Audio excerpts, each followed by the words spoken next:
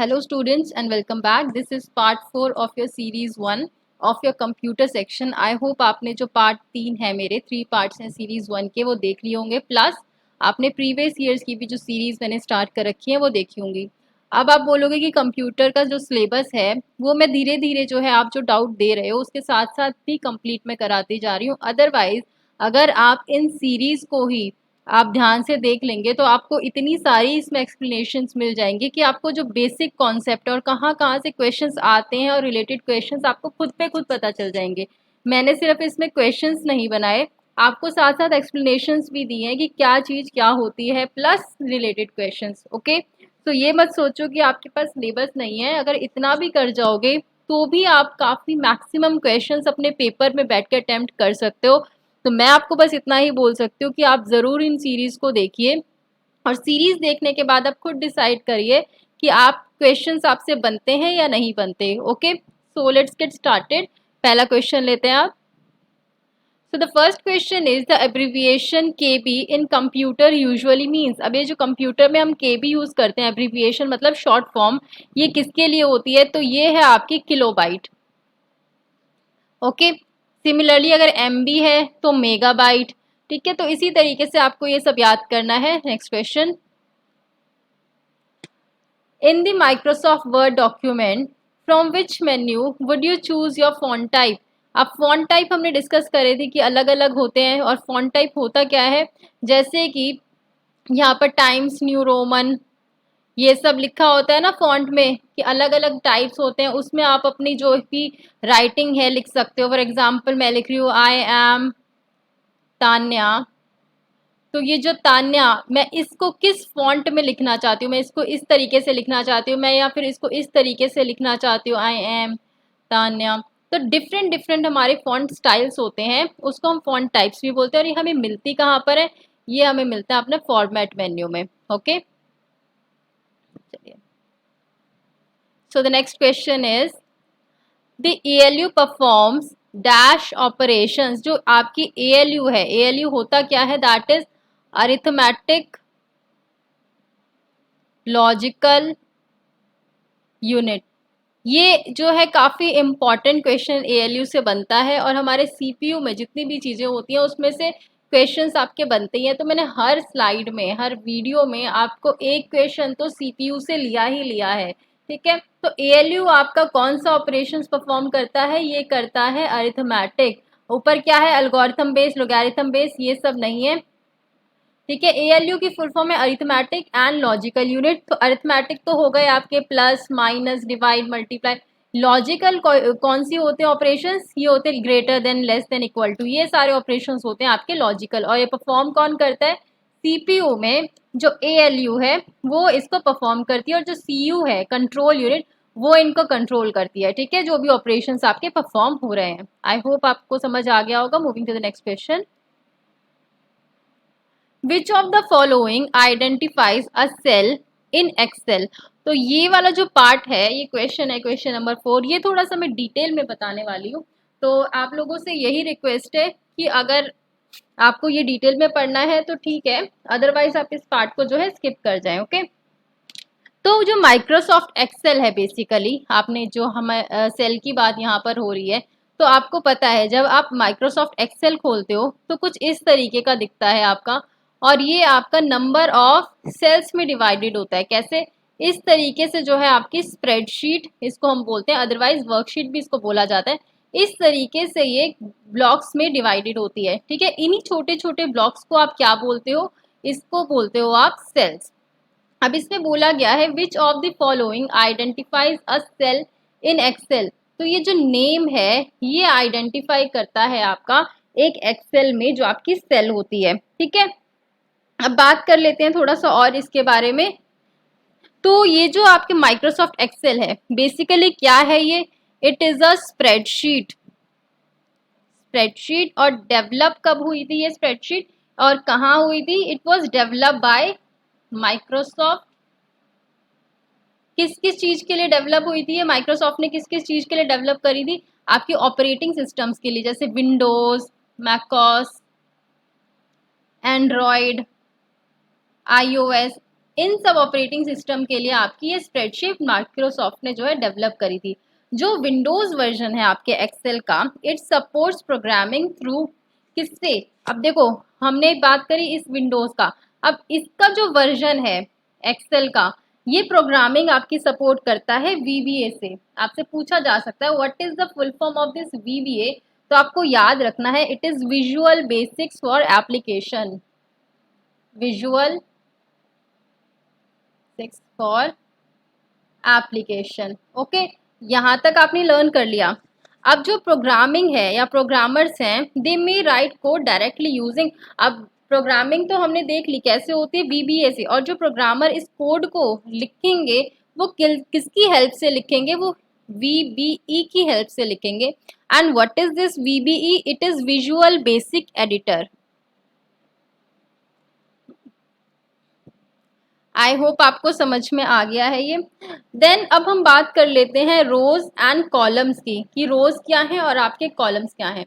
तो ये जो चीजें होती है ना, इस ऐसे, ये आपकी रोज होती हैं और ये होते हैं आपके कॉलम, और रोज और कॉलम को मिलके जो आपका एड्रेस असाइन होता है उसी को हम बोलेंगे सेल का नेम। ठीक है, अब थोड़ा सा और डिस्कस करते हैं इसके बारे में। जो वर्जन था आपका एक्सेल, ठीक है, अब एक्सेल का जो वर्जन 7.0 तक थे, ठीक है, जो शुरू में एक्सेल आए थे टिल 7.0 वर्जन, उसमें जो साइज था आपके डाटा सेट का वो था 16 के तक। ठीक है, that is 2 to the power 14, इसको और भी क्या बोलेंगे, 16,384 रोज थी इसमें। एंड जो आपका वर्जन 8.0 से लेकर 11 वर्जन जो है 8.0 से लेकर आपका 11.0 तक है, इसमें आपके जो क्या कहते हैं रोज एंड कॉलम्स हैं, या फिर आप बोलोगे इसका साइज कितना होगा, ये था इसका 64K। ये इंपॉर्टेंट आपको बस यही है कि आपको ये याद रखना है कौन से वर्जन में सबसे ज़्यादा रोज एंड कॉलम्स हैं और कौन सा वर्जन जो है वो आपका अच्छा है। तो मैं इसीलिए आपको बता रही हूँ कि किस में कितने रोज और कॉलम्स हैं।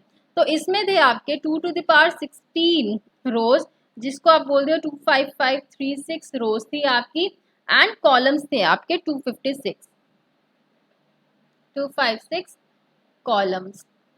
आई होप आपको क्लियर हो गया। अब फिर उसके बाद हमारा जो वर्जन 12.0 से लेकर ऑनवर्ड्स, ठीक है, उसमें जो आपका साइज था या फिर वर्जन था, it can handle over 1 million, जो है आपके जो डाटा है 1 मिलियन तक वो उसको ले सकता था। और हम क्या बोल सकते हैं कि करंट वर्जन जो है हमारा, दैट इज जो करंट वर्जन आया आपका 16x, ठीक है, वो 1 मिलियन रोज तक जो है आपका ले सकता था। अब हम बात करते हैं कितनी रोज इसमें है 16x में, 2 to the power 20 that is 1048576 रोज लेता है ये। और कितने कॉलम्स इसमें प्रेजेंट होते हैं, 2 to the power 14 columns, that is 16384 columns इसमें प्रेजेंट हैं। ओके, अब बात करते हैं जो और भी इम्पोर्टेंट इसका है कि जो आपका एक्सेल है इसकी फाइल एक्सटेंशंस के बारे में। फाइल एक्सटेंशंस इसकी कौन कौन सी हैं, .xls अगर कहीं लिखा दिख जाए, .xlx ये लिखा दिख जाए, .xlsm लिखा दिख जाए, या .xlsb, ये सब जो एक्सटेंशंस हैं ये हैं आपकी माइक्रोसॉफ्ट एक्सेल की। ठीक है, up to 2007 the version Excel जो था it used proprietary binary file format, ठीक है, जिसको हम क्या भी बोलते हैं, एक्सेल बाइनरी फाइल फॉर्मेट। तो ये जो XLS है, ठीक है, जो हमारा 2007 तक के वर्जन थे वो एक बाइनरी फाइल फॉर्मेट को जो है वो यूज करते थे, और उसको क्या बोला जाता था, एक्सेल बाइनरी फाइल फॉर्मेट। इसको हम और क्या बोल सकते हैं, Excel binary file format. I hope clear होगा। ठीक है, एज जो है ये प्राइमरी फॉर्मेट जो है ये वर्क करता था। आफ्टर जो 2007 है, 2007 के बाद में हमारा जो है एक्सेल ने यूज किया ऑफिस ओपन XML। ठीक है, ये तो 2007 तक का था जो यूज किया। अब 2007 के बाद क्या यूज करा हमने, ये आपसे पूछा जा सकता है। It is office open XML, ठीक है, एज अ प्राइमरी फॉर्मेट इसको जो है यूज किया। आई होप ये क्लियर हो गया होगा। अब मैं आपको बताती हूँ कि एक्सेल के जो है कितनी एक्सटेंशंस थी। एक्सेल 2007 के फॉर्मेट्स में अभी बताने जा रही हूँ। हर वर्जन का जो है अलग अलग फॉर्मेट्स थे एंड अलग अलग एक्सटेंशंस थी। तो अभी हम जो डिस्कस कर रहे हैं 2007 का डिस्कस कर लेते हैं। ये है आपका 2007 एक्सेल का। तो सबसे पहली जो आपकी आई, ये आई थी आपकी एक्सेल नोट वर्कबुक, ठीक है। एक्सेल वर्कबुक जो थी इसका जो एक्सटेंशन थी ये थी आपकी .xls ओके। अब इसने क्या किया, जो हमारी बाइनरी XLS फॉर्मेट था ना उसको रिप्लेस कर दिया। अभी आपको ध्यान रखना, अभी हमने किया था ना binary file format that is XLS, replaced XLS, ठीक है, ये आपको याद रखना है। एंड जो है XLS format does not support Excel macros for security purpose. दूसरा चीज आपको देखना है कि ये एक है आपका एक्सेल मैक्रो एनेबल्ड। वैसे इतना डिटेल में जो है क्वेश्चंस पूछे नहीं जाते, बट स्टिल मैंने आप लोगों के लिए बना दिया है, कभी बाई चांस पूछने लगे तो आपको याद रहना चाहिए। एक्सेल मैक्रो एनेबल्ड वर्कबुक जो है आपकी, इसका एक्सटेंशन है .xlsm। एंड ये जो एक्सेल वर्क, ये क्या है, एक Excel workbook but with macro support, ठीक है। इस पे है आपका मैक्रो सपोर्ट, सिर्फ कंप्यूटर वाले बच्चे इसको समझ पा रहे होंगे।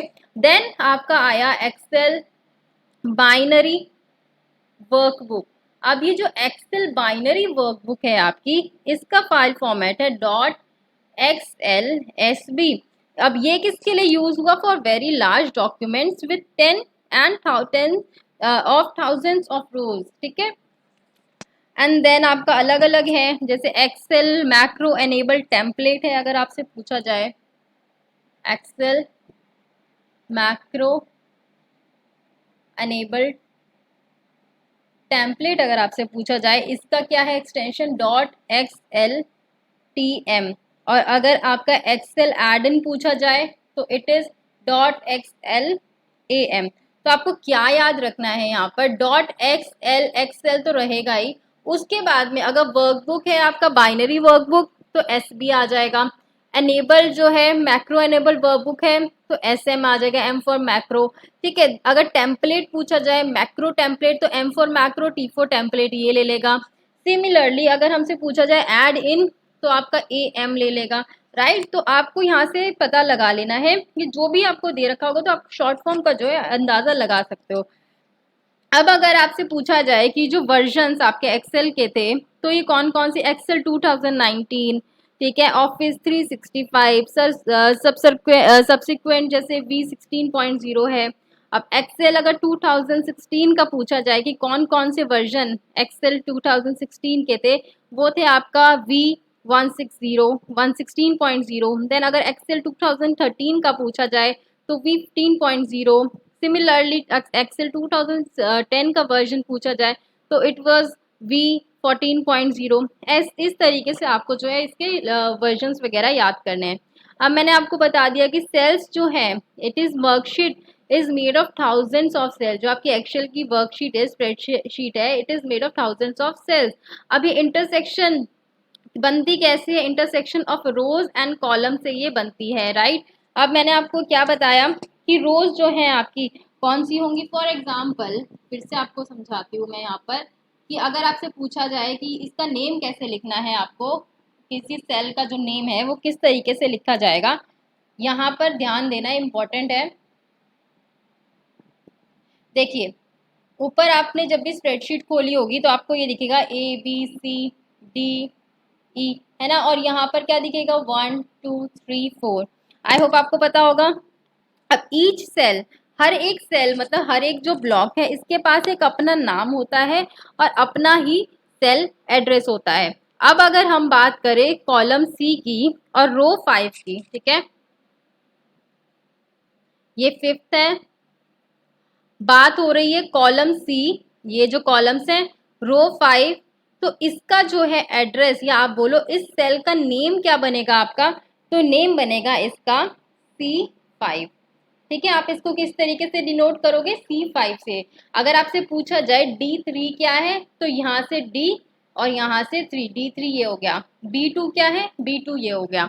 आई होप आपको नेम लिखना आ गया है सेल का। तो which of the following identify cell in Excel, तो इसका जो नेम है, सेल का नेम है, वो आइडेंटिफाई करता है सेल को एक्सेल में। ठीक है, चलिए अब ये था मेरे को जितना एक्सप्लेन करना था आपको। अब बात कर लेते हैं थोड़ा सा आगे जाके और क्या है। इस जो स्लाइड है आपकी वाली वीडियो है, इसमें हमने ज्यादा जो है एक्सेल के क्वेश्चंस उठाए हैं। ठीक है,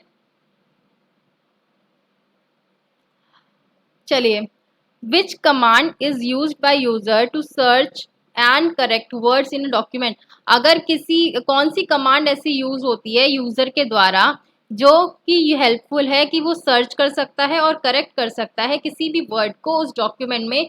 तो आपने देखा होगा फाइंड और रिप्लेस कमांड, ये होती है आपकी to search and correct verb. ठीक है,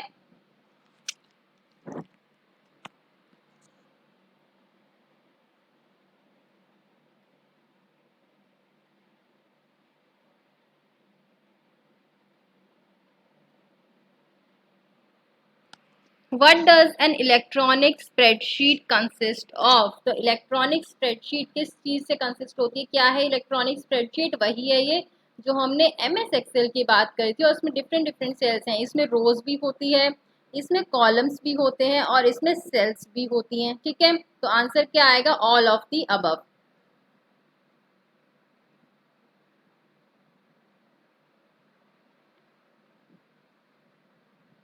चलिए, when you enter a text in a cell, ठीक है, in Excel, it appears in which of the following. जब भी आप कोई टेक्स्ट एंटर करते हो, फॉर एग्जांपल ये मैंने टेक्स्ट एंटर कर रखा है DFFFG YU फिर आगे सेकंड मार्च, जो भी मैंने ये टेक्स्ट एंटर कर रखा है, तो आपसे इसमें बोला गया है कि ये आपका कहाँ पर होता है, name box, status bar, formula bar, menu bar या नन ऑफ दी। तो आंसर इज फॉर्मूला बार। अब मैंने यहाँ पर फोटो भी ले लिया ताकि आपको पता चल जाए कि फॉर्मूला बार होता कौन सा है। तो ये एक एक्सेल है, इसको आप स्प्रेडशीट बोलते हो जहाँ पर आप डाटा लिखते हो। ठीक है, और ये स्प्रेडशीट यूज किस लिए होते हैं, कैलकुलेशंस के लिए, आपके डाटा रिकॉर्ड्स रखने के लिए। और यहाँ पर जो क्या पूछा गया है कि अगर आप कोई भी यहाँ पर टेक्स्ट एंटर करते हो, ये आपका फॉर्मूला बार में अपीयर होता है। फॉर एग्जांपल ये 2 मार्च 2020 था, तो ये मेरा ये है आपका फॉर्मूला बार। ठीक है, ये चीज़ जो दिख रही है इसको आप बोलते हो फॉर्मूला बार। और ये यहाँ पर जो भी आप फॉर एग्जांपल यहाँ पर भी लिखोगे तो ये चीज़ इधर आपके डिस्प्ले हो जाएगी। अब आपने 3 बटन्स देखे हैं यहाँ पर, कौन कौन से, एक तो क्रॉस, एक टिक और ये FX। अब डिसाइड करेंगे कि ये FX क्या है और ये है क्या चीज। देखो फॉर्मूला बार, जो फॉर्मूला बार है, it tells at which cell we have kept our cursor along with insert function option. मतलब ये आपका दर्शाता है कि आपने कर्सर कौन से सेल में रखा है, ये आपका फॉर्मूला बार बताता है। और दूसरा कि आपने फंक्शन कौन सा इसमें इंसर्ट किया है। ठीक है, और जो इंसर्ट करते हो आप फंक्शन, वो डिनोट होता है आपका FX से। अब जब आप इस FX पे क्लिक करोगे ना, तो आपके डिफरेंट डिफरेंट नीचे फंक्शंस आ जाएंगे। लाइक आपको प्लस करना है, मल्टीप्लाई करना है, जो भी उस डाटा पे आप फंक्शंस परफॉर्म कर सकते हो, वो सारे फंक्शन FX में निकल के आ जाएंगे। राइट, दूसरा इस फॉर्मूला बार में आपका क्या क्या होता है, we see values and formulas जो होते हैं वो स्टोर में होते हैं। FX में वैल्यूज होती हैं और फॉर्मूलाज होते हैं स्टोर। ठीक है, और अगर आपसे पूछा जाए कि ये जो क्रॉस का साइन है, राइट का साइन और FX है, ये किस लिए यूज होता है, तो पहले बात कर लेते हैं हम क्रॉस की। तो क्रॉस यूज होता है टू कैंसिल एडिट्स, कोई भी एडिट करना है उसको कैंसिल करने के लिए, और कोई भी अगर पार्शियल फॉर्मूला लिखा गया है उसको कैंसिल करने के लिए करंट सेल में। फॉर एग्जाम्पल आपने कोई भी इनकम्प्लीट फॉर्मूला लिख दिया और उसको आपको कैंसिल करना है, तो इस क्रॉस से हो जाएगा। अब ये राइट किस काम आता है, it helps to edit data in current cell. ठीक है, without moving active highlighted cell to another. ये क्या करेगा, आपके करंट सेल में जो है जो भी डाटा है उसको एडिट करने में आपकी हेल्प करेगा। दूसरी जो है एक्टिव सेल, जो हाईलाइटेड सेल है उसको दूसरे में मूव करने से की बजाय। ठीक है, तीसरा ऑप्शन है आपका एफ एक्स। एफ एक्स क्या करेगा, it is a shortcut to insert different functions used in calculation. जो हमने बात करी थी, एफ एक्स जो है इसमें डिफरेंट डिफरेंट फंक्शंस जो आपके कैलकुलेशंस में परफॉर्म होते हैं वो स्टोर्ड होते हैं, राइट। आई होप आपको समझ में आ गया। चलिए अब मूव करते हैं नेक्स्ट क्वेश्चन पे।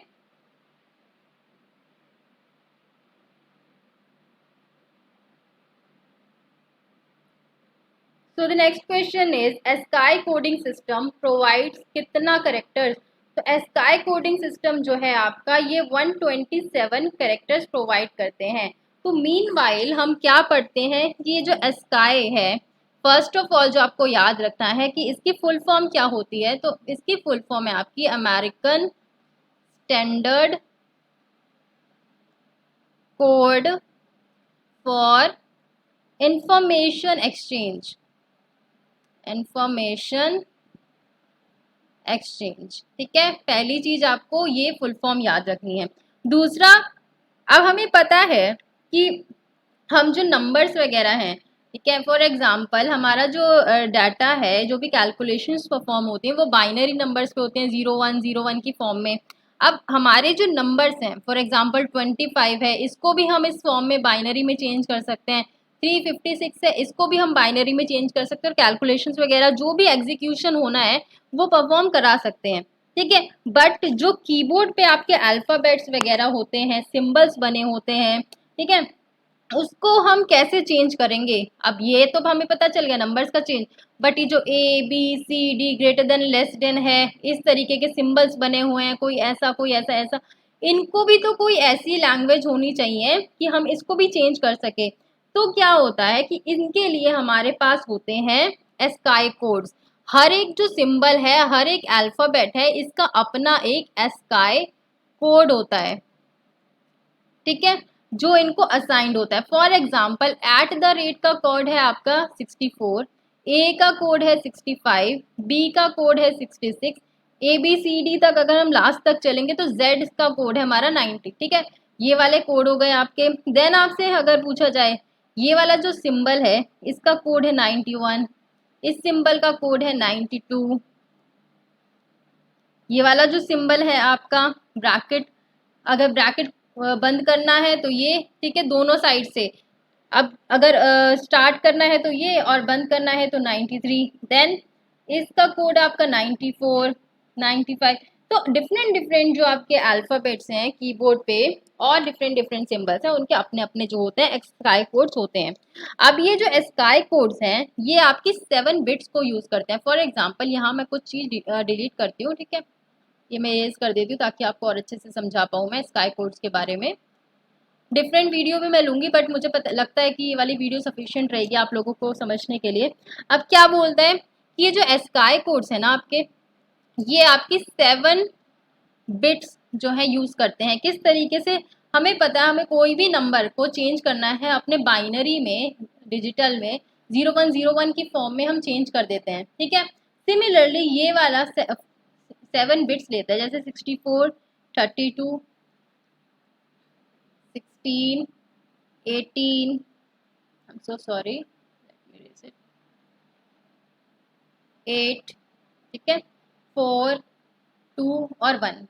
लिखते कैसे हम इसको, 1 इंटू 2 इज 2, 2 इंटू 2 4, 4 टू जा 8, 8 टू जा 16, 16 टू जा 32, 32 टू जा 64, ठीक है। अब मैं आपको बता रही हूँ कि ये स्काई कोड्स को हम चेंज करते कैसे हैं, बदलते कैसे हैं। अब हमने देख लिया कि फॉर एग्जाम्पल आपको किसका स्काई कोड लिखना है, आपको लिखना है ए का, ठीक है। वी नो कि ए का क्या होता है 65, तो हम उस 65 को बदलेंगे कैसे। ए क्या, ए रिप्रेजेंट कर रहा है आपका 65, इस 65 को कैसे लिखोगे, ए बनाओगे कैसे, यहाँ पर क्या चीज़ ऐड होनी चाहिए कि 65 बन जाए। एक तो 64 के नीचे 1 लिखोगे, एक 1 के नीचे 1 लिखोगे, ठीक है, लिखोगे 64 + 1 is 65, बाकी जगह पर आप 0 असाइन कर दो।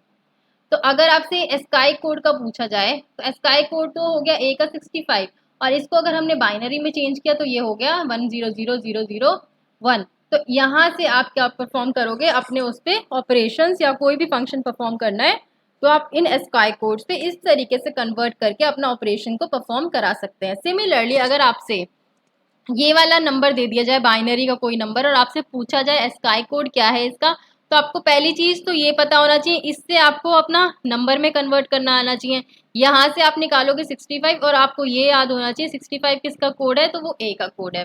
तो ये बच्चे जो इलेक्ट्रॉनिक्स वगैरह के उनके लिए ज्यादा जरूरी है। तो आपको सिर्फ ये याद रखना है कि 127 कैरेक्टर्स का जो होता है ये आपको 127 कैरेक्टर्स प्रोवाइड करवाता है। और 127 कैरेक्टर्स का मतलब है आपका कि इन कोड से ना ये 64, 32 ये 7 बिट्स की हेल्प से आपके 127 डिफरेंट कैरेक्टर्स जो हैं आप बना सकते हो, और इन 127 कैरेक्टर्स के आपको स्काई कोड्स अलग से मिलते हैं। ठीक है, आई होप आपको थोड़ा सा मैं समझा पाई होंगी। Moving to the next question, which of the following isn't a binary number, इसमें से कौन सा बाइनरी नंबर नहीं है। तो हमने बात करी थी बाइनरी नंबर किस तरीके से होते हैं, किसी भी फॉर्म 1010 की फॉर्म में, तो 303 is not your binary number. By default file extension of all the word documents is, जो बाय डिफॉल्ट आपके फाइल एक्सटेंशन है वर्ड डॉक्यूमेंट की, वो होती है आपकी .doc। ओके, अगर आपसे और पूछा जाए कि और हम इसको क्या लिख सकते हैं, .docx। अब मैंने आपको एक चीज बताई थी कि पहले doc था, अब docx यूज करते हैं। x जो है इसकी सेफ्टी जो है बढ़ा देता है। तो ये आप मेरी वीडियोस देखना, प्रीवियस वीडियोस आपको उसमें मिलेगा। सिमिलरली अगर आपसे एक्सेल का पूछा जाए तो .xls ये है आपकी legacy Excel worksheet. Then .xlsx ये है आपकी एक्सेल वर्कशीट। पावर पॉइंट का अगर बोला जाए तो आपको दिया होगा .ppt दिया होगा या फिर .pptx दिया होगा, तो दोनों ही करेक्ट है। सिमिलरली अगर आपसे वन नोट का पूछा जाए, वन नोट का एक्सटेंशन क्या होता है, .1। ओके, चलिए moving to next question now. So the next question is, which amongst the following is used to identify a storage location?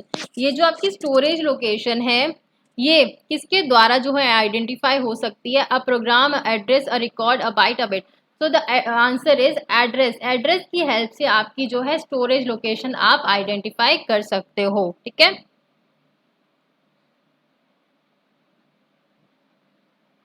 अब कुकी स्टोर्स, ये जो आपका कुकी है वो क्या स्टोर करता है, देखो ये कुकी और कैश, कुकी एंड कैश, ये दो ऐसी चीजें हैं जिसमें बच्चा जो है कंफ्यूज होता है। तो इसमें मैं आपको कुकीज और कैश के बीच में डिफरेंस बताऊंगी। प्लस अब ये कुकी क्या स्टोर करता है, it stores the information about users web activity. जो भी आप एक्टिविटी परफॉर्म करते हो अपने वेब ब्राउजर्स वगैरह पे, वो आपका कुकीज जो है स्टोर कर लेता है। ठीक है, अब पहले बात करते हैं कुकीज की, ताकि मैं ये आपको इसलिए बता रही हूँ कि कई बच्चे क्या कर रहे हैं, कुकीज को और कैश अगर आ गया ना बाई चांस आपका, तो उसमें कुकीज और कैश में आप क्या करोगे, कंफ्यूज हो जाओगे। ठीक है, क्योंकि कैश क्या होता है और कुकीज क्या होते हैं ये पहले जानना बहुत जरूरी है आप लोगों के लिए। कुकीज जो होती हैं, these are small files that a website store in the browser. इसकी डेफिनेशन जानते हैं पहले, small files that website stores in your web browser. अब आई होप आपको ही पता होगा कि वेबसाइट क्या होती है। फॉर एग्जांपल आपने कोई भी साइट खोली और वेब ब्राउजर्स क्या होते हैं, ये गूगल है, ये क्रोम है, ये सब है आपके वेब ब्राउजर जहाँ से आप ब्राउज करते हो, कोई भी इंफॉर्मेशन को ढूंढते हो। ठीक है, अब फॉर एग्जांपल मैंने गूगल क्रोम खोला हुआ है, ये भी आपका वेब ब्राउजर है। सिमिलरली फायरफॉक्स वगैरह ये सब वेब ब्राउजर्स होते हैं आपके। आपने क्रोम खोला है, आपने उसमें कोई भी वहां पर साइट टाइप करी और वो साइट आपने खोल दी। ठीक है, अब क्या करेगी कि उसमें जो भी आप अगर बार बार क्या करते हो कि कोई भी साइट जो है ना, जो भी आप खोलते हो, तो वो साइट अपने कुकीज को कहाँ स्टोर कर देती है, आपके इस वेब ब्राउजर में। मान लो गूगल क्रोम से आपने कोई साइट खोली है, तो आप अपने कुकीज चेक करना, उसमें आपके ना क्या होगा, स्टोर आपको कुछ फाइल्स मिलेंगी छोटी छोटी, तो उसको कुकीज कहते हैं। अब इसमें कुकीज में क्या क्या स्टोर हो सकता है, जैसे आपका यूजर नेम, पासवर्ड, देन आपका और कोई चीज जैसे जो आपने क्लिक लिंक्स जो हैं आपने क्लिक किए हो, दूसरा your card for buying online, ये सब भी। अब फॉर एग्जांपल कि मैंने जो है साइट खोली और उस पर और कोई चीज़ मैं बार बार ओपन करती हूँ, ठीक है। मैंने आज भी वही ओपन करा, फिर मैंने क्या करा, कल भी ओपन करा। तो उस वेबसाइट को जिसको मैं ओपन कर रही हूँ बार बार, और उस वेबसाइट में भी जो चीज़ें मैं खोलती हूँ, तो उस वेबसाइट को ये पता रहेगा कि इस ईमेल एड्रेस ने या इस यूज़र ने जो है, इस आईपी एड्रेस ने मेरी इतनी सारी चीज़ें जो इस वेबसाइट में से ये चीज़ें जो हैं ये कॉन्टिन्यूसली या फिर बहुत फ्रीक्वेंटली सर्च करी हैं। तो वो क्या करेगा, इन चीज़ों को जो आपने ब्राउज करी है ना, वो ब्राउजिंग जो होगी चीज़ें छोटी छोटी फाइल्स की फॉर्म में आपके कुकीज़ में जो है वो स्टोर कर देगा, ठीक है। आई होप आपको समझ में आ गया होगा। और इस कुकीज़ में आपका क्या क्या आ जाता है, तो आपकी यूज़र नेम भी स्टोर हो जाता है, आपका पासवर्ड भी। अब आपने ये देखा होगा जब आप ईमेल वगैरह खोलते हो अपना, तो वो बोलता है ना कि सेव पासवर्ड, तो आप नो कर देते हो। अगर आप येस कर दोगे ना, तो वो एज अ कुकी स्टोर हो जाएगा। नेक्स्ट टाइम आप जब भी जीमेल वगैरह खोलोगे तो आपकी और वो आईडी आपको टाइप करने की भी ज़रूरत नहीं पड़ेगी, अपना पासवर्ड भी जो है टाइप करने की ज़रूरत नहीं पड़ेगी। सीधा वो जो क्या करेगी, वहाँ से आपका सीपीयू उठा के उस चीज़ को खोल देगा। और सिमिलरली लिंक्स, आपने वेबसाइट खोली, उसके अंदर भी अलग अलग लिंक्स होते हैं ना, वो भी जो आप फ्रीक्वेंट क्लिक करते रहते हो, वो लिंक्स भी आपके कुकीज़ में स्टोर हो जाते हैं, ठीक है। आई होप समझा पाई हूँ मैं आपको। अब बात आती है कैश मेमोरी की। अब ये जो कैश मेमोरी है, इस ये होती है आपकी memory nearest to your CPU, nearest to CPU central processing unit के पास। अब जितनी भी इंस्ट्रक्शंस है ना, वो हमारी कैश मेमोरी के अंदर स्टोर होती हैं।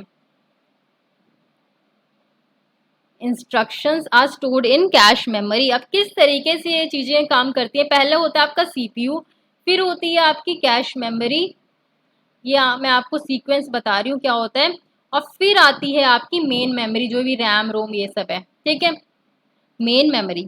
अब जो भी कोई भी आप कोई भी प्रोग्राम या फाइल ओपन करते हो, तो वो कहाँ पर स्टोर हो जाएगी आपकी, वो होती है आपकी मेन मेमोरी में, ठीक है।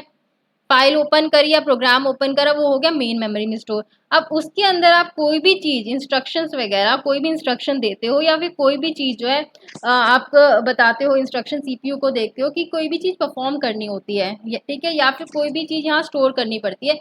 तो जो भी आप इंस्ट्रक्शंस या जो भी प्रोग्रामिंग वगैरह इसमें करोगे ना आप मेन मेमोरी में, वो क्या होगा, वो आपकी कैश में जाके स्टोर हो जाएगी, ठीक है। अब ये क्या है, सीपीयू जो है इस कैश मेमोरी से डायरेक्टली जो है वो चीज़ एक्सेस करेगा, ठीक है। सीपीयू जो है कैश मेमोरी से डायरेक्ट जो है वो चीज़ एक्सेस करेगा।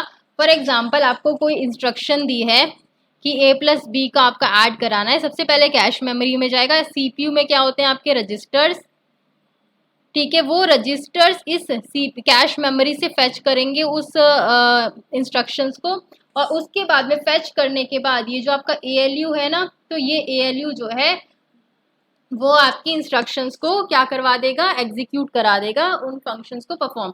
अब जैसे a+b है, ये आपकी इंस्ट्रक्शन गई। अब a+b जो है, एक होता है आपका पूरा का पूरा प्रोग्राम, ठीक है। फॉर एग्जांपल सी लैंग्वेज में आपको एक प्रोग्रामिंग करनी है, तो ये जब आपने फाइल खोला सी में प्रोग्रामिंग करने के लिए, वो हो गई आपकी रैम या उस रैम में स्टोर, ठीक है। अब प्रोग्रामिंग कर रहे हो वो भी आपकी रैम में। अब आपने कोई चीज़ उसको बताई कि इंस्ट्रक्शंस दी कि a+b को आप परफॉर्म कराओ, एक ऐसा प्रोग्राम लिखो कि a+b का जो है एक फंक्शन जो है आपका परफॉर्म हो जाए, तो वो जो a+b है वो हो जाएगा कैश मेमोरी में store.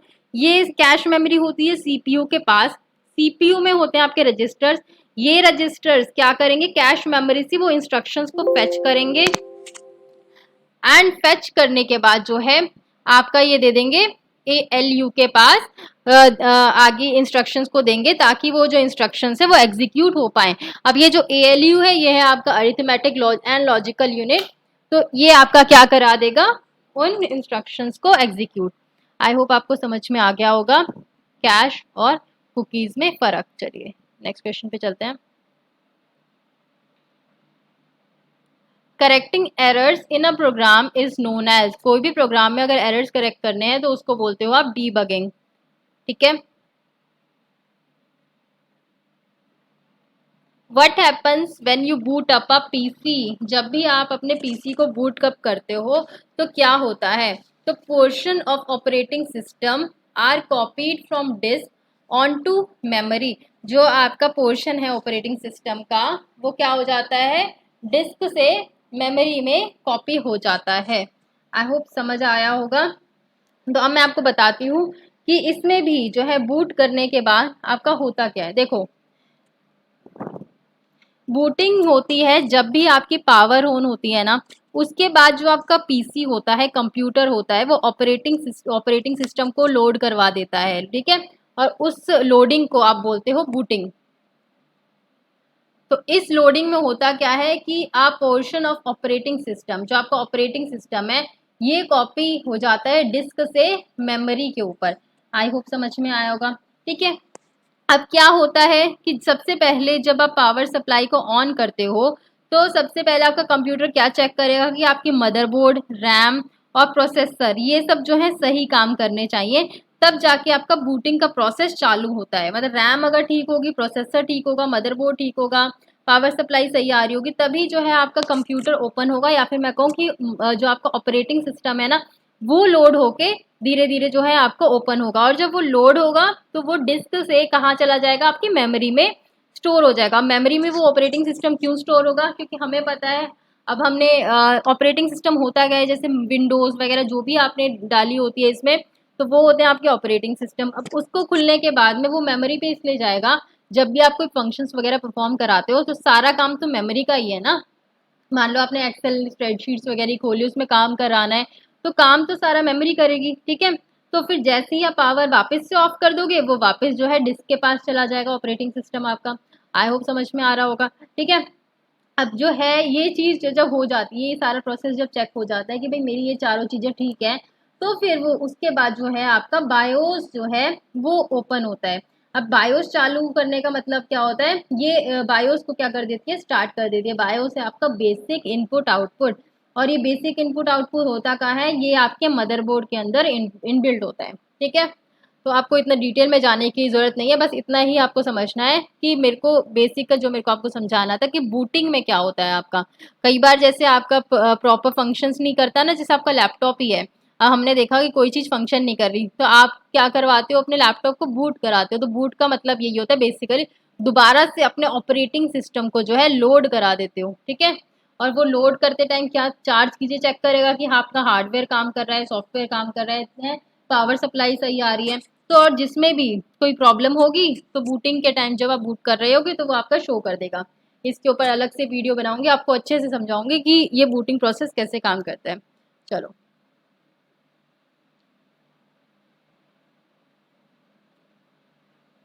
A standard protocol of internet is Java, C++, HTML या TCP/IP। तो स्टैंडर्ड प्रोटोकॉल है आपका TCP/IP, ठीक है। ये आपका एग्जीक्यूट हुआ था प्रोटोकॉल। और एक अगर आपसे OSI भी दिया जाए, तो OSI क्या है, सिर्फ एक रेफरेंस मॉडल है, ठीक है। दूसरा जावा, C++, HTML क्या है, ये कोडिंग लैंग्वेज है। तो TCP/IP जो है, मैंने OSI के लिए एक वीडियो शुरू करी है, कंप्यूटर नेटवर्क्स नाम से। आप ज़रूर उसको चेक करना, उस प्लेलिस्ट को, आपको बहुत सारी चीज़ें उसमें मिलेंगी। अभी स्टार्ट ही हुई है वो, तो मैं जितनी भी चीज़ें उसमें ऐड करी हूँ OSI मॉडल के बारे में और आपका TCP/IP, ये सारी चीज़ कवर हो जाएगी। और बेसिक जो है आपका कंप्यूटर नेटवर्क्स का, वो पूरा उसमें कवर हो जाएगा विद अ वीडियो, ठीक है। चलिए,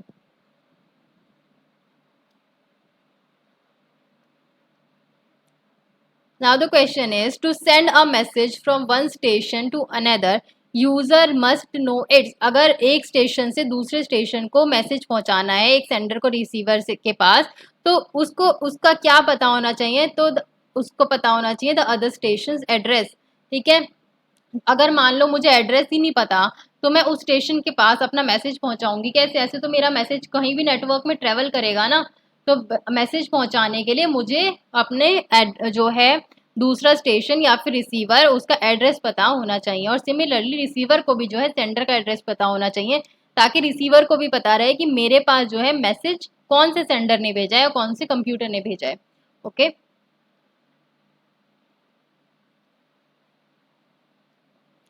अ dash is a computer connected to two networks. ऐसा कौन सा है कंप्यूटर जो दो नेटवर्क से कनेक्टेड होता है, तो ये है आपका ब्रिजवे। ये टू सिमिलर नेटवर्क्स को जो है कनेक्ट करता है आपका। अब सिमिलरली आपने ये देखा, सर्वर तो एक अलग ही चीज़ हो जाती है, लिंक भी एक अलग चीज़ हो जाती है, लिंक को ओपन करके आपका अलग ही वो खुल जाती है विंडो, ठीक है। देन सर्वर भी है, जो आप इसमें सर्वर्स भी अलग अलग होते हैं, तो ये अलग चीज हो गई। अब दो चीजों में आप कंफ्यूज हो जाओगे, गेटवे और ब्रिजवे। अब इसमें मैं आपको बताती हूँ कि गेटवे और ब्रिज में फर्क क्या है। Gateway and bridgeway, difference between gateway and bridgeway. अब ब्रिजवे जो होता है, it joins two similar types of network.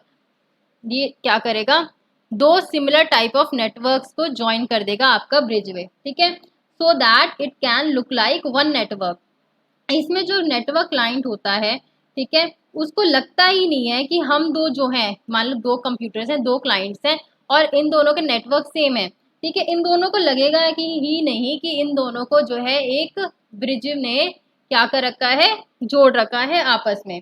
अब ये आपकी ओएसआई मॉडल की सभी लेयर्स पे, आई एम सॉरी, जो आपका ब्रिजवे है, ये क्या करेगा, it works on your data link layer. ये वर्क करता है आपका data link layer. OSI model की आप डाटा लिंक लेयर पढ़ते हो ना, सेकंड नीचे से सेकंड होती है अगर आप सेंडर साइड से होते हो, तो ये कहाँ करेगा, data link layer of OSI model पे ये वर्क करता है, ठीक है।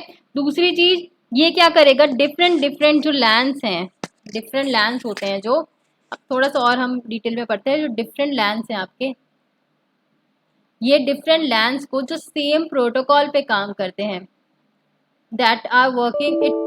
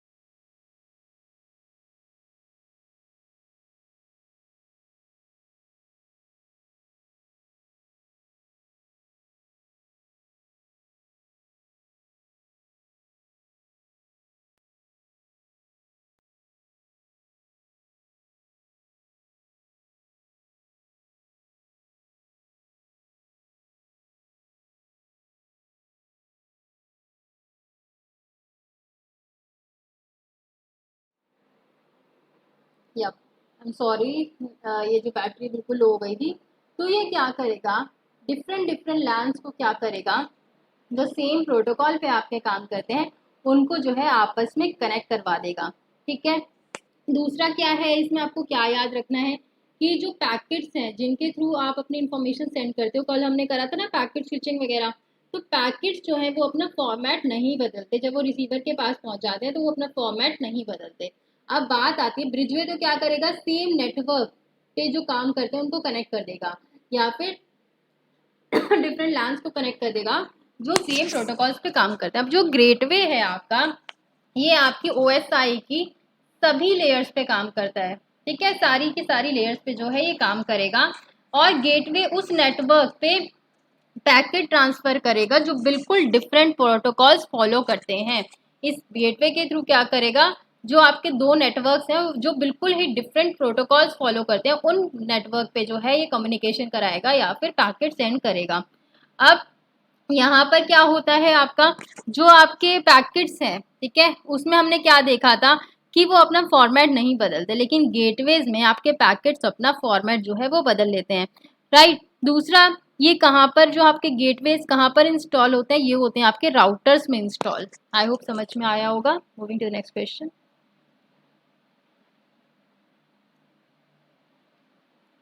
N ad hoc query is, ad hoc query आपकी कैसी क्वेरी होती है, it is a pre planned question. Which of the following is the act of copying and downloading a program from network and making multiple copies? उसको क्या बोलते हो आप, इसको हम बोलते हैं सॉफ्टवेयर पायरेसी। कोई भी हम अगर प्रोग्राम जो है नेटवर्क से डाउनलोड कर देते हैं और उसकी मल्टीपल कॉपीज बना देते हैं, तो उसको हम पायरेसी भी बोलते हैं, ठीक है। पायरेटेड सॉफ्टवेयर कहते हैं ना, पायरेटेड सॉफ्टवेयर मिल रहा है, तो उसमें यही करेंगे, हम कॉपी बना देंगे और आगे बेच देंगे। सिमिलरली अब मूवी की भी पायरेसी होती है। पायरेसी मतलब क्या, हमने मूवी डाउनलोड करी कहीं से, कॉपीज बनाई और हमने क्या करी, पायरेटेड मूवीज जो है आगे अपनी सेल कर दी, right. By default a document is printed in, जब आप कोई भी डॉक्यूमेंट या पेज वगैरह प्रिंट करते हो तो बाय डिफॉल्ट वो कैसे प्रिंट होता है, कौन से मोड में, वो होता है आपका पोर्ट्रेट में। अब पोर्ट्रेट आपका ऐसा दिखता है और लैंडस्केप इस तरीके का दिखता है, ठीक है। बाय डिफॉल्ट इस फॉर्मेट में जो है आपका डॉक्यूमेंट प्रिंट होता है। Which of the following is a web browser, इसमें से कौन सा है web browser, Word, PowerPoint, M S Excel, Firefox या ऑल ऑफ दीज। तो ये answer is Firefox. M S Excel, PowerPoint और वर्ड क्या है, एप्लीकेशन सॉफ्टवेयर हैं, ठीक है। A computer sends and receives data in the form of which signals, तो आपका कंप्यूटर डाटा को सेंड करता है और रिसीव करता है एनालॉग सिग्नल में, और जो उस डाटा की प्रोसेसिंग होती है वो होती है आपके डिजिटल सिग्नल्स में। एनालॉग कैसे सिग्नल्स होते हैं, कॉन्टिन्यूस सिग्नल्स, और डिजिटल कैसे होते हैं, डिस्क्रीट, 0101 की जो वैल्यूज लेते हैं, ठीक है। आई होप समझ में आया होगा। इसके लिए भी नई आपको एक अलग ही वीडियो बनानी पड़ेगी, ये पूरा बड़ा ही टॉपिक है इसका, डिजिटल और एनालॉग का। अब एनालॉग सिग्नल्स में आपकी ह्यूमन वॉइस वगैरह आ जाती हैं, फिजिकल सिग्नल्स आ जाते हैं, डिजिटल में फाइल, डिस्क, ये सब आ जाती हैं, ठीक है। चलिए,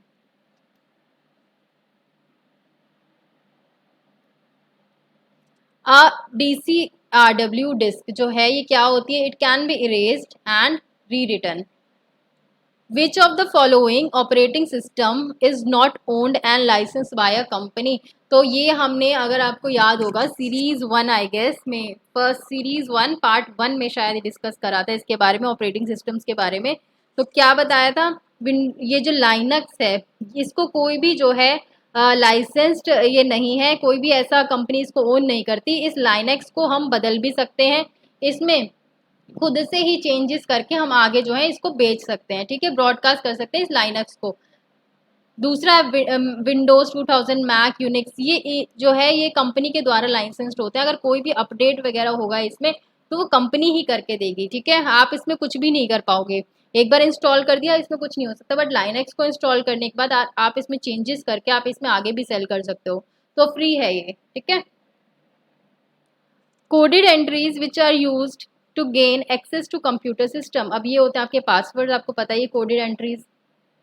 dash is a process of implementing command, तो अगर आप कोई कमांड देते हो तो उस प्रोसेस को क्या बोलते हो, आप उस कमांड को फेच कर रहे हो, ठीक है। और जब वो उस पर परफॉर्म, कोई फंक्शन परफॉर्म होता है तो क्या होता है, वो एग्जीक्यूट होता है।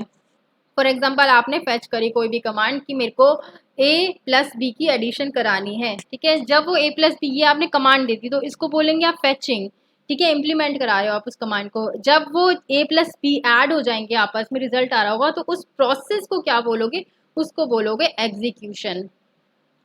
For creating a document we use which command from file menu, अगर कोई भी आपको डॉक्यूमेंट क्रिएट करना है तो आप कौन सी कमांड चूज करोगे फाइल मेन्यू से, तो वो आप चूज करोगे new. Which of the following command is use to select the document, कोई भी अगर डॉक्यूमेंट सिलेक्ट करना है तो आप कंट्रोल प्लस ए को जो है यूज करोगे। If you want to move an icon on desktop it is known as, अगर आप कोई भी आइकन आपको डेस्कटॉप पे दिख रहा है, फॉर एग्जांपल आपने कोई भी फोल्डर ही बना रखा है, आप उसको एक प्लेस से दूसरे प्लेस पर डेस्कटॉप पे मूव करा देते हो तो उस मूविंग को आप क्या बोलते हो, उस मूविंग को हम बोलते हैं ड्रैगिंग।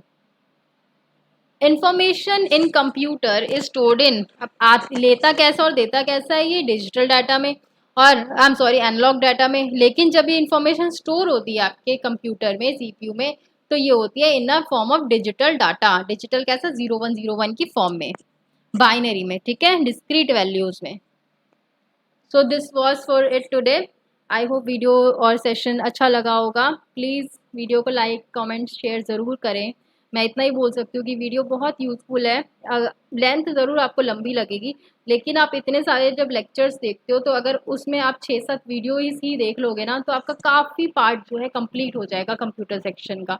सो till then, good bye, take care, stay healthy, stay fit.